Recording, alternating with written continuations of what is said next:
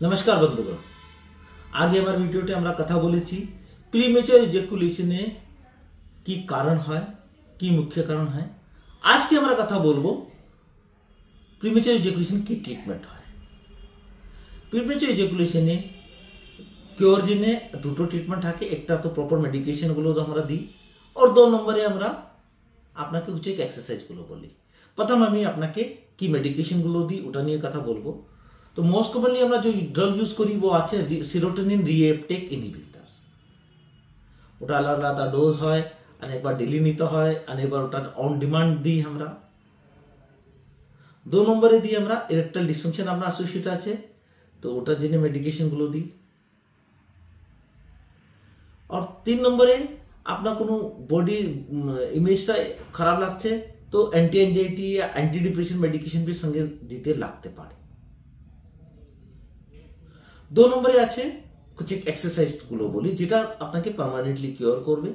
একটা হচ্ছে start and stop therapy exercise. ওটার মধ্যে কি করে যে আপনি ইজাকুলেশন করছেন, তো আপনার সেক্সুয়াল রিলেশনশিপ করছেন, ইজাকুলেশন হওয়ার মন হচ্ছে যে আমার ইজাকুলেশন হবে, আপনার ইজাকুলেশনকে স্টপ করে দেবেন, আমরা কি সেক্সুয়াল রিলেশনশিপকে স্টপ করে দিলে আপনার ইজাকুলেশনটা আটকে যাবে, আর দেন अगेन স্টার্ট দা রিলেশনশিপ।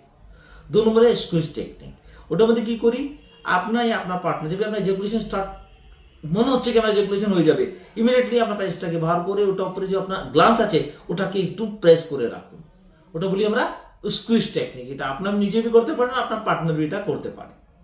3 নম্বরে হয় কিগল এক্সারসাইজ।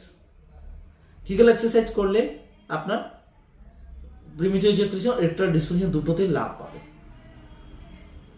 4 নম্বরে আছে কি আপনার থটটা চেঞ্জ করতে হবে। যদি আপনার মনে হচ্ছে আপনার ইজাকুলেশন হতে যাচ্ছে, ইমিডিয়েটলি আপনার সামথিং এলসটা থিঙ্কিং করতে স্টার্ট করবেন।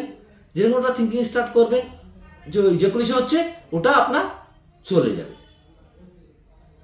তো ये सब করলে আপনার প্রিমেচার ইজাকুলেশনটাকে ভালো হতে পারবেন। এটাকে আমরা রেগুলার লাইফে ইউজ করলে এটা আপনার প্রিমেচার ইজাকুলেশনকে কিওর করতে পারবেন। আর আমার ভিডিও আপনাকে পছন্দ হয়েছে তো শেয়ার করবেন, সাবস্ক্রাইব করবেন, লাইক করবেন।